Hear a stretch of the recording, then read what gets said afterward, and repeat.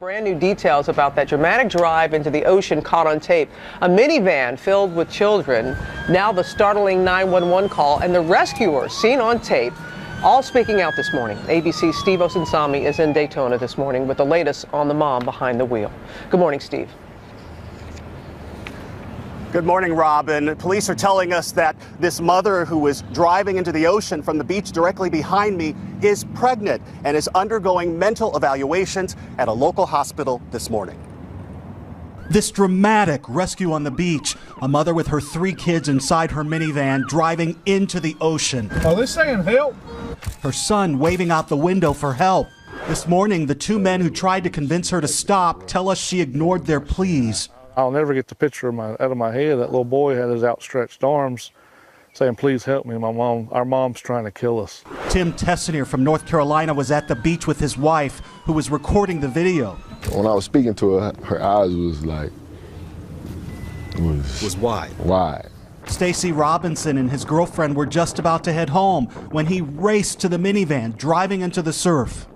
By the time I ran over, I get there, I noticed the son was snatching at the wheel, trying to get her to come back towards the shore. The 6'6" Robinson reached into the passenger side window and never let go, rolling down the windows and unlocking the doors in surf up to his chest. He grabbed 2 of the children, and the lifeguards came, got the mother out of the car, and rescued a toddler still trapped in a car seat. The waves were strong, the water was cold. They got in the water, got him out of there quickly. If it had been minutes longer, the outcome probably would have been different. Now we're learning more about the 32-year-old mother behind the wheel. Ebony Wilkerson drove here from South Carolina. She's like having psychosis or something. This is the 911 call from her family to police before the incident, saying she was having, quote, mental issues. She's talking about Jesus and that there's demons in my house and that I'm trying to control her. After that call, police say she drove to the beach. This morning, her children are in protective custody. Police tell us they did reach out to the mother after that call from her relatives, but say that was before the incident here at the beach, so there was nothing they can do. Authorities are telling us they're not sure whether she will be charged with anything or whether they consider this a medical issue. Robin. All right, Steve, we're going to bring in ABC News Chief Legal Affairs anchor Dan Abrams to weigh in on all this. And picking up with where Steve just left off about police did talk to the mother prior to, but couldn't do anything. Right. Under Florida law, there's something called the Baker Act, which allows you to involuntarily confine someone in a mental institution, but only if they have found that there's a substantial likelihood based on recent behavior that the person would be a threat to him or herself or to others. And what the police are saying is, look, we talked to her. She said she was going to a shelter to try to get away from her husband.